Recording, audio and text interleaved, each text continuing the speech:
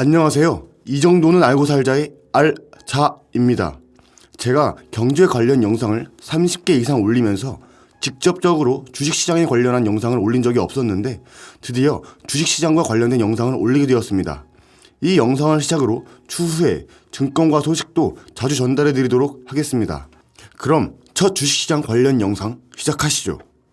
국내의 주식, 채권, 파생상품 등의 거래를 총괄하는 거래소가 하나 있죠. 한국거래소인데 이 한국거래소와 별도로 주식을 또 사고 팔 수 있는 또 하나의 거래소, 이른바 대체거래소의 설립이 추진되고 있습니다. 미국과 유럽은 이미 증권거래소가 여러 곳이 있어서 자본시장 거래가 분산되어 있지만 한국만 60년 넘게 한 시장에서만 운영되고 있다는 게 대체거래소를 만들어야 한다는 주장의 요지입니다. 이런 목소리가 나오기 시작한 것은 올해가 처음은 아닙니다만 실제로 증권사들의 참여로 이어지진 않았는데요. 그런데 이번엔 대형 국내 증권사 6곳이 컨소시엄까지 마련할 만큼 추진에 적극적인 모습입니다. 글쎄요, 거래소가 한 곳이면 됐지 뭐가 또 필요한가? 라는 생각이 들 수도 있고 한두 개 더 있으면 서로 경쟁하고 좋지 않느냐 라는 의견도 있을 수 있는데, 그래서 오늘은 대체거래소 설립 논의가 불거진 배경을 좀 살펴보겠습니다. 요즘 한국에서 주식, 채권 등은 한국거래소라고 하는 예전 증권거래소라고 불렸던 그런 거래소에서 거래를 하죠. 그런데 이런 거래소를 하나 더 만들자는 논의가 좀 일고 있습니다. 이유는 뭔지 알아보겠습니다. 대체거래소라고 부르던데 한국거래소랑 비슷한 걸 또 하나 만들자는 뜻일까요? 한국거래소와 거래 체결에 있어서는 거의 유사하다고 볼 수 있는 거고요. 다만 한국거래소와 완전히 동일한 거래소로는 볼 수가 없습니다. 이게 주식시장의 상장 기능이라든지 혹은 상장 폐지 기능은 없고 시장 감시 기능도 없기 때문에 오로지 매매 체결과 관련된 기능만을 가진다 라고 보시면 될 것 같습니다. 따라서 한국거래소와 동일한 거래소로는 볼 수는 없는 것이죠. 거래소라는 게 물리적으로 거기까지 가야 거래를 할 수 있는 거면 왜 거래소가 부산에만 있냐 또는 서울에만 있냐, 강원도 쪽에도 하나 있고 전라도 쪽에도 하나 있으면 편하겠네 라는 생각을 할 수는 있을 텐데요. 이게 물리적인 게 아니라 그냥 온라인으로 접속하면 거래할 수 있는 거라 요즘은 주식 거래를 모바일이나 혹은 집에서 PC로 연결해서 하는 거니까 거래소들이 다 전자적 거래 플랫폼의 형태를 가지고 있거든요. 그렇기 때문에 부산에 있어서 불편하다 이런 점은 전혀 없는 것이죠. 그럼에도 불구하고 하나 더 만들자고 하는 쪽은 어떠한 장점이 있기 때문이라고 주장을 할 텐데 그게 뭘까요? 일단은 경쟁체제의 구축을 통해서 시장의 효율성을 증가시키자는 것이 가장 중요한 이유로 볼 수 있습니다. 한국은 지금 주식 거래가 한국 거래소에 의해서 독점되고 있는 그런 구조를 가지고 있어요. 근데 외국이랑 비교를 해보면 외국은 정규 거래소도 있고 대체 거래소도 존재를 합니다. 따라서 이 거래소 간의 경쟁 체제가 갖추어져 있다고 볼 수가 있죠. 이렇게 경쟁이 이루어지게 되면 예를 들자면 거래 방식이라든지 그 다음에 거래 수수료, 다음은 매도, 매수, 호가를 제시하는 방식, 그리고 거래 시간 등에 있어서 굉장히 다양성이 갖추어질 수 있다고 보거든요. 하나 더 생기면 지금은 거래소가 하나밖에 없지만 대체 거래소라는 게 생긴다면 한국 거래소는 아침 9시부터 거래지만 대체 거래소는 우리는 7시부터 하겠습니다. 그런 것들이 이제 충분히 가능해진다는 거죠. 예를 들어 일본 같은 경우에도 대체 거래소가 도입되어 있는데 일본의 대체 거래소들은 오전에 정규 거래소와 동일하게 일부 시간을 열어놓고 밤 되면 해외 거래소들이 또 돌아가잖아요. 그런 거래소랑 맞추기 위해서 밤에 2부 거래를 할 수 있도록 열어놓는 그런 방식으로 운영되고 있습니다. 혹시 거래소가 2개가 생기면 예를 들어 삼성전자 주식이 A 거래소에서 거래되고 B 거래소에서도 거래될 텐데 물론 A 거래소에서는 하나에 4만원, B 거래소에서는 3만원 그렇게 거래되지는 않겠으나 아주 짧은 기간 동안에는 다른 가격으로 거래될 수가 있습니다. 그렇지만 그런 기회가 이제 곧 소멸해버릴 수밖에 없는 것이고요.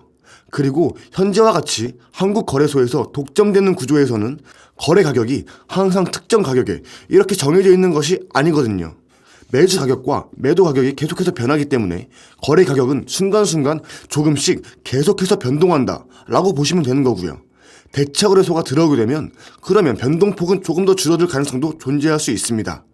거래소라는 걸 생각해보니 무슨 돈을 받아서 운영되는지 궁금한데 우리가 증권사에서 증권 거래를 하게 되면 수수료를 내긴 하는데 그건 증권사 수수료잖아요.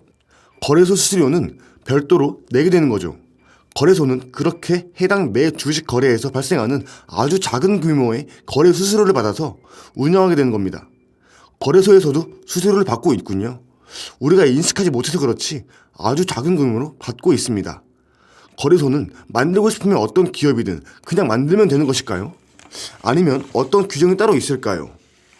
누구나 설립할 수 있는 것은 아니고 일정한 자격 요건을 갖춘 후에 금융위원회로부터 인가를 받은 자만이 설립할 수가 있습니다.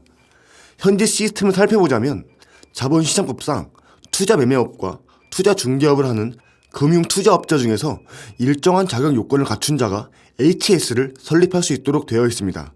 쉽게 말해 증권사들 중에서 누군가가 깃발을 들면 만들 수 있다는 거네요. 그럼 종전에 있는 한국거래소도 증권사들이 주주일까요? 네, 맞습니다. 다만 증권사들만 주주인 것은 아닌데 증권사들이 주요한 주주들로 참여하고 있습니다. 특정 증권사가 지배하고 있는 그런 건 아니고요. 앞으로 또 생기는 거래소도 몇몇 증권사들이 돈 모아서 만들어 보겠다는 거예요. 증권사들이 연합해서, 다시 말해 컨소시엄을 구성을 해서 만들게 될 걸로 예상하고 있습니다. 증권사들의 입장에서는 어차피 본인들이 하나 갖고 있는 건데 또 하나 더 만들면은 국민들이 증권 거래를 더 하는 것도 아닐 것 같고, 굳이 그 나눠서 하면 수수료도 마찬가지일 텐데 왜 하나 더 만들겠다는 걸까요? 예전에는 방금 말한 논리들이 강하게 작용을 했는데 시장 환경이 많이 바뀌고 경쟁 체제를 구축함으로써 한국 주식시장의 경쟁력을 강화해보자, 그런 의도가 강하다고 볼 수 있습니다. 우리가 이제 현대차와 기아차의 경쟁 구도를 한번 생각해 볼 필요가 있다는 거죠. 대체거래소는 특히나 글로벌 트렌드이기 때문에 외면한다고 해서 회피할 수 있는 그런 시장 변화가 아니거든요. 따라서 적극적으로 국내 시장에 도입할 수 있는 방법을 모색하는 것이 경쟁력 유지에 있어서는 중요하다라고 판단해 볼 수 있는 것이죠. 그리고 또 한 가지 중요한 부분이 거래소의 설립에 필요한 비용이 크게 낮아졌다는 것도 중요한 원인입니다. IT 기술이 제일 빠른 속도로 발전하고 있으니까 전자적 거래 플랫폼의 구축에 소요되는 비용이 예전에 비해서는 굉장히 낮은 수준으로 떨어졌고요. 한번 비교를 해보자면 한국 거래소의 자본금은 2조 3천억 원 정도인데 IT 기술의 발달로 대체거래소는 자본금 1,000억 정도만 있으면 다양한 종류의 매매 체결 서비스를 제공할 수 있는 그런 거래소를 하나 만들 수 있다라는 것이죠. 한 나라에 2개 이상의 거래소가 있는 미국이나 유럽의 사례를 보면 대강 거래소가 하나 더 생긴 것을 생각해 봤을 때 둘 중에 수수료가 0.00001%라도 싼 곳으로 결정할 것 같네요.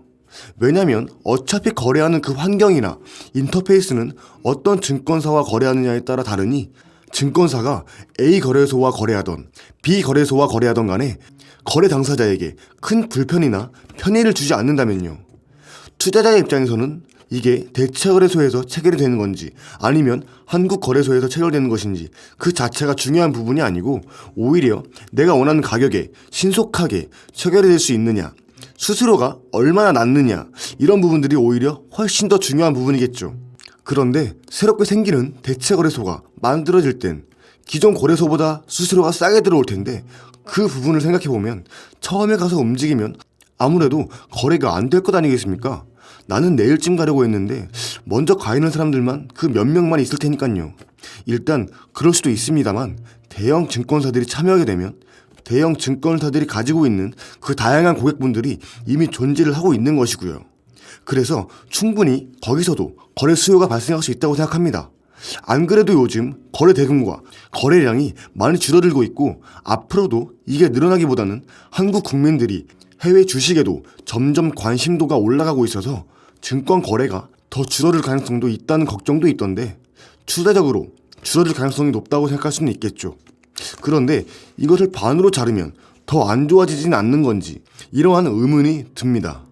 거래가 줄어들고 있다는 것이 트렌드인 것은 분명하지만 다만 거래소가 하나 더 생긴다면 거래가 더 빨리 줄어들 수도 있는 거 아니냐는 우려가 나타날 수도 있습니다만 실질적으로는 거래소가 하나 더 생긴다고 하면 오히려 서비스의 개선이라든지 다양한 정보의 제공, 그 다음에 수수료의 인하, 이런 부분들로 인해 거래가 활성화되는 효과가 다소간 나타날 가능성이 오히려 높을 것 같습니다.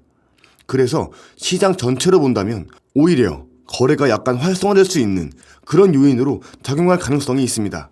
주식 거래가 부진해지는 상황에서 활력소가 될 수 있겠다라는 말을 좀 할 수 있겠네요. 혹시 좀 걱정해야 될 부분은 없을까요?